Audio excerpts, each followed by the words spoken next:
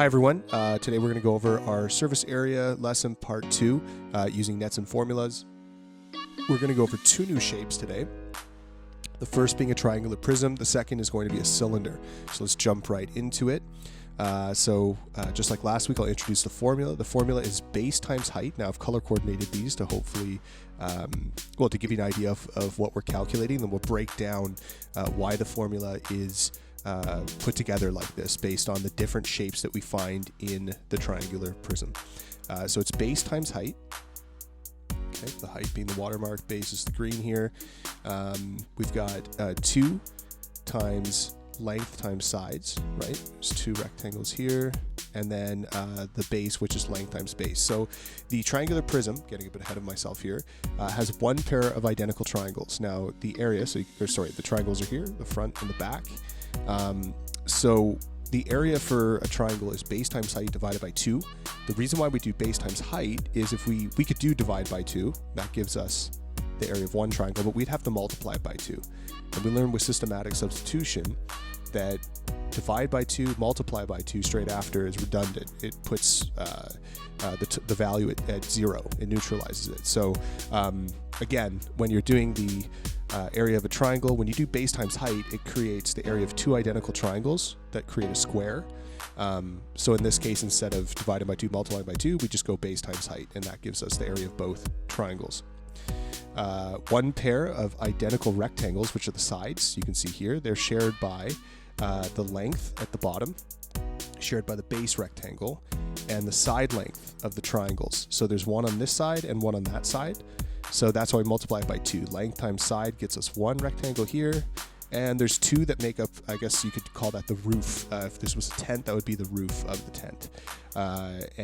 Lastly, we've got 1 rectangle that makes the base of this shape.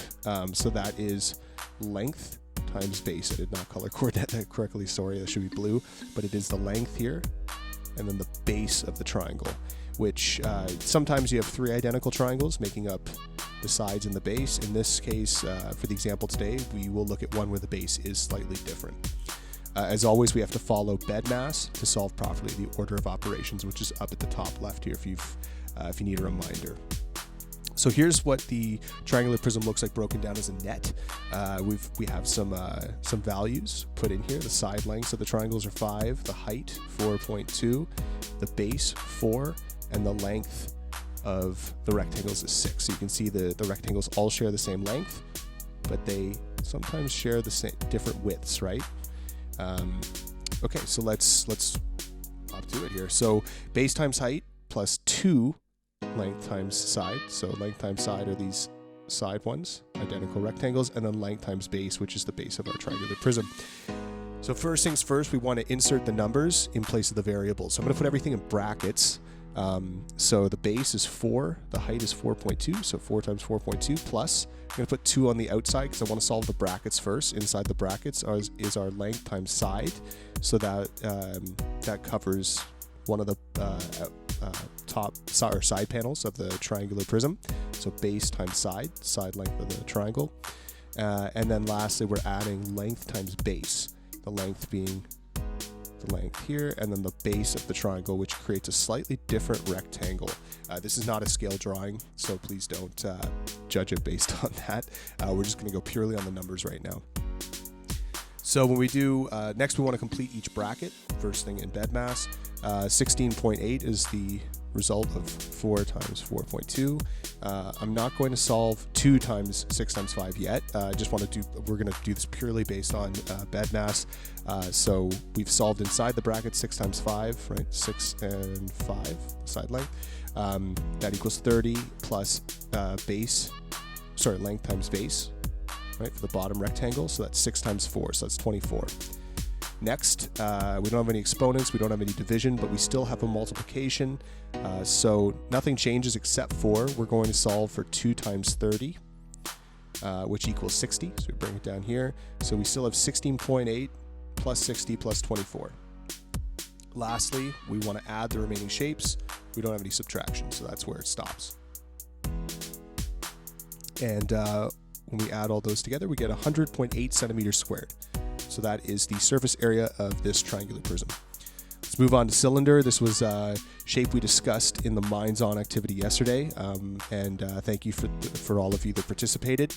I think most of us came up with the conclusion that a cylinder, if you were to create a 3D shape out of paper, is realistically two identical circles with a rectangle. Now, some of you created physical models, some of you probably looked it up online, and that's fine.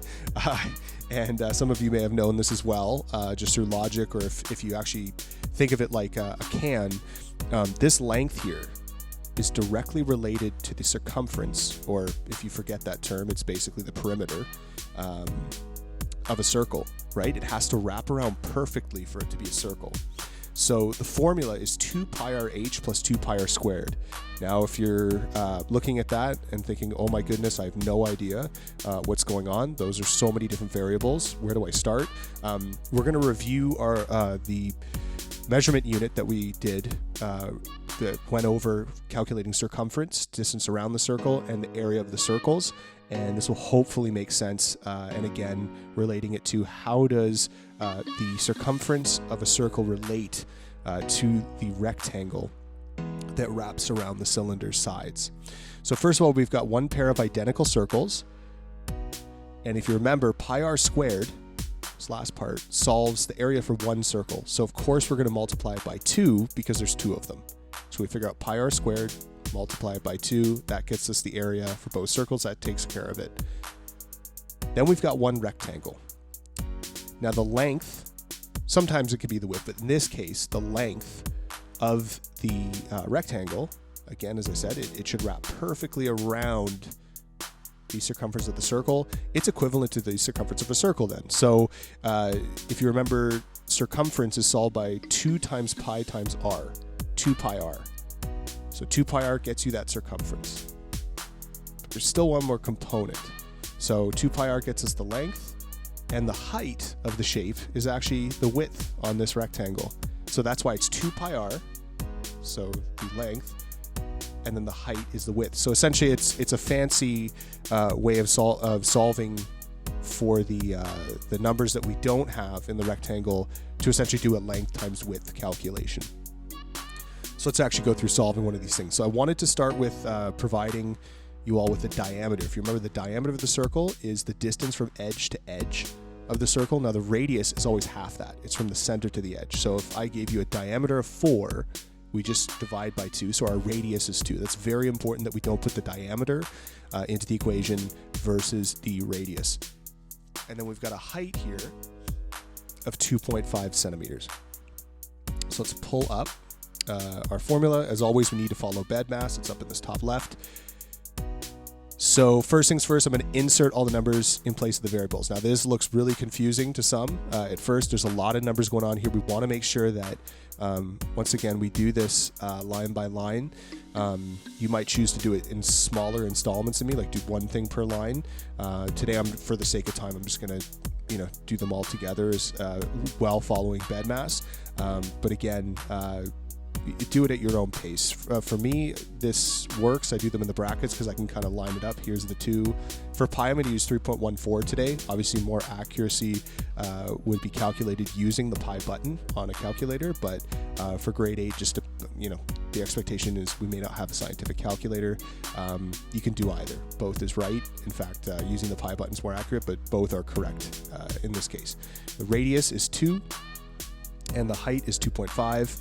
Then we've got 2 pi, again 3.14, and r squared would be 2 to the power of 2. So in bed mass, we're going to solve our brackets. Now in the brackets, we still have to follow bed mass. So on the next line, I see that we have an exponent, so I'm just going to solve that first. So everything stays the same for the rectangle, but for the circles, 2 to the power of 2 is 2 times itself this many times, or 2 squared. So 2 times 2 is 4. So now we've changed the equation to 2 times pi times 4. Next step is we want to complete the multiplication in the brackets. So 2 times 3.14 times 2 times 2.5 is 31.4 plus the circles, which is 2 pi r squared. So 2 times 3.14 times 4 is 25.12. and then we add them up, and the surface area of our cylinder is 56.52 centimeters squared, or 56.52 hundredths.